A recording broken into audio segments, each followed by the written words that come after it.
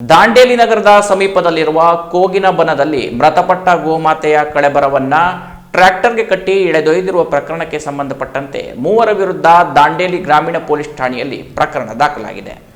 ದಾಂಡೇಲಿಯ ಕೋಗಿಲಬನ ಗ್ರಾಮದಲ್ಲಿ ಟ್ರ್ಯಾಕ್ಟರ್ನ ಹಿಂಬದಿಗೆ ಮೃತ ಹಸುವಿನ ಕಳೆಬರಹವನ್ನ ಹಗ್ಗದಲ್ಲಿ ಕಟ್ಟಿ ಎಳೆದೊಯ್ಯಲಾಗಿರುವ ಬಗ್ಗೆ ಸುದ್ದಿ ಪ್ರಸಾರವಾಗಿತ್ತು. ಈ ಘಟನೆಯ ಬಗ್ಗೆ ಸೋಮವಾರ ಬಡ ಕಾನಶಿರವಾಡ ಗ್ರಾಮ ಪಂಚಾಯಿತಿಯ ಪಿಡಿಒ ಸುರೇಶ್ ಮಡಿವಾಳ್ ಅವರು ದಾಂಡೇಲಿ ಗ್ರಾಮೀಣ ಪೊಲೀಸ್ ಠಾಣೆಯಲ್ಲಿ ದೂರು ದಾಖಲಿಸಿದರು. ಸುರೇಶ್ ಮಡಿವಾಳ್ ಅವರು ಕೋಗಿಲಬನ ಗ್ರಾಮದ ನಿವಾಸಿಗಳಾದ ಅಶ್ಫಾಕ್ ರಹೀಮುಲ್ಲಾ ಶೇಖ್, ಸಾದಿಕ್ ದಸ್ತಗೀರ್ ಮುಲ್ಲಾ ಮತ್ತು ಇಬ್ರಾಹಿಂ ಕೋಳೂರು ಅವರ ಮೇಲೆ ದೂರನ್ನ ದಾಖಲಿಸಿದ್ದಾರೆ.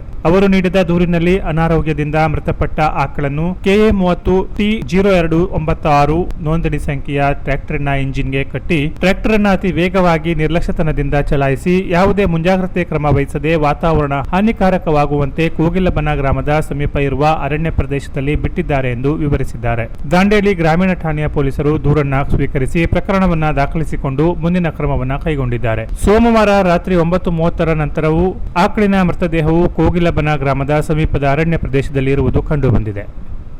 Canara plus news, Dandeli.